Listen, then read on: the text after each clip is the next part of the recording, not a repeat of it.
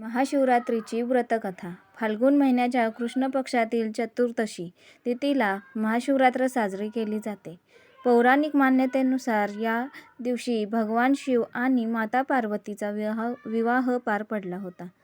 Mahashivratri 26 February रोजी सकाळी 11:08 सुरू होईल, तर 27 फेब्रुवारी रोजी सकाळी 8:08 समाप्त होईल. एकदा पार्वतीने परमेश्वर शिवशंकरांना विचारले, असे कोणते श्रेष्ठ तसेच सरळ व्रतपूजन आहे, ज्यामुळे मृत्यूलोकातील प्राण्यांना तुमची कृपा प्राप्त होईल? उत्तरादाखल शंकराने पार्वतीला शिवरात्रीच्या व्रताची कथा सांगितली. एका गावात एक शिकारी राहत होता. मुक्या जनावरांची हत्या करून तो आपल्या कुटुंबाचे पालनपोषण करीत असे. तो सावकाराचा कर्जदार होता. त्याने त्याचे कर्ज वेळेवर चुकवले नव्हते. त्यामुळे संतापून सावकाराने शिकारीला शिवमठात कैदी केले. योगायोगाने त्याच दिवशी शिवरात्र होती. शिकारी ध्यानमग्न होऊन शिवासंबंधित आर्थिक गोष्टी ऐकत होता. चतुर्थीला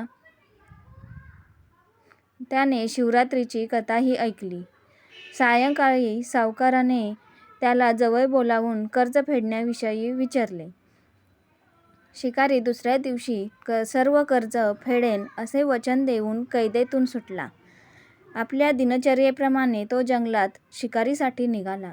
पण दिवसभर कैदेत राहिल्यामुळे तो तहान-भुकेने व्याकुळ झाला होता.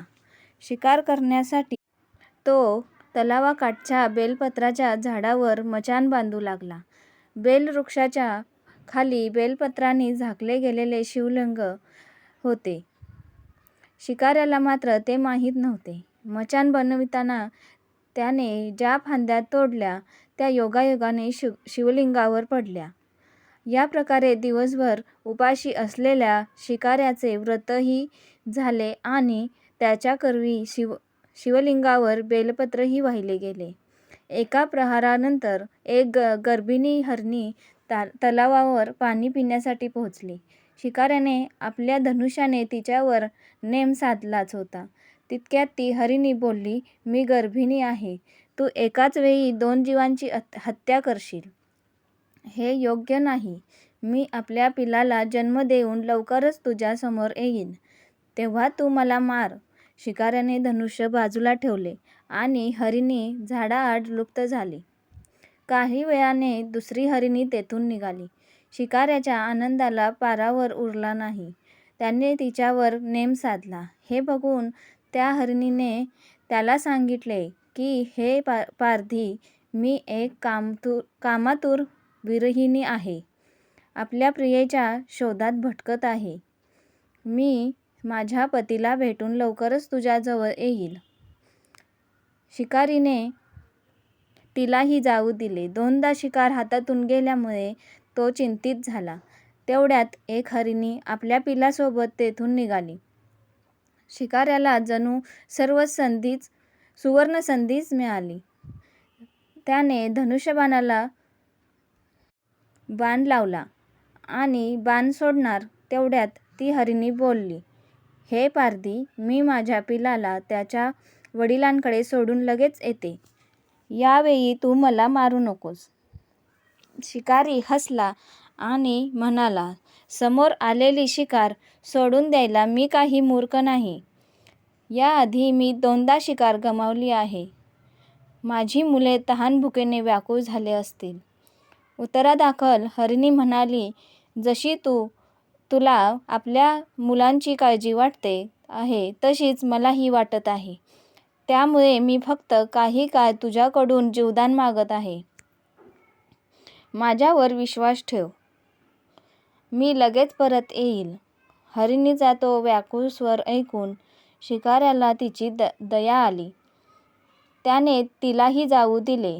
शिकार न मिळाल्यामुळे तो बेलाच्या झाडावर बसून बेलपत्र तोडत खाली फेकत होता. काही वेळाने एक धष्टपुष्ट मृग त्या रस्त्यावरून जात होता. आता त्या मृगाची नक्कीच शिकार करावी असा विचार केला. पण त्याच्यावर नेम धरला असता मृग दीनवाण्या स्वरात म्हणाला, हे पारधी, जर तू माझ्या आधी 3 हरिणींना मारले असेल तर मला मारण्यातही वेळ करू नकोस.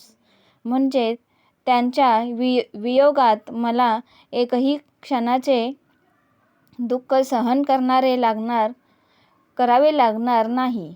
मी त्यांचा पती आहे आणि जर तू त्यांना जीवदान दिले असशील तर मला काही क्षणासाठी जीवदान देण्याची कृपा कर. मी त्यांना भेटून तुझ्यासमोर हजर होईल.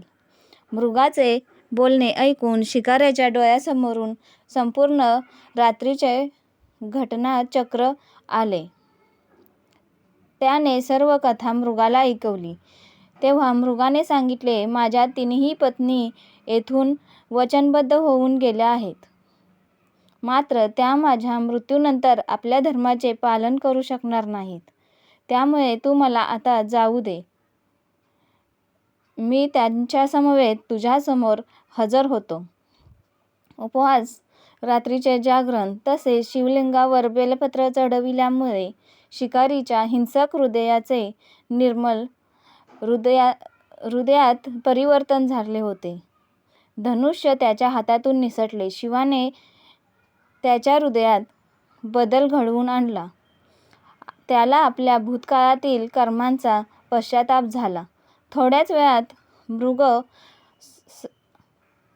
सहपरिवार शिकाऱ्यासमोर आला. या प्राण्यांमधील प्रेम पाहून शिकाऱ्याच्या डोळ्यातून अश्रू व्हायला लागले. शिकाऱ्याने त्यांना न मारता आपणही मुक्या प्राण्यांची हिंसा न करण्याचे ठरविले. देवलोकातून समस्त देव ही घटना बघत होते. घटनेची परिणती झाल्याबरोबर देवी देवतांनी फुलांचा वर्षाव केला. तेव्हा शिकारी तसेच मृग परिवाराला मोक्षप्राप्ती मिळाली. ओम नमः शिवाय.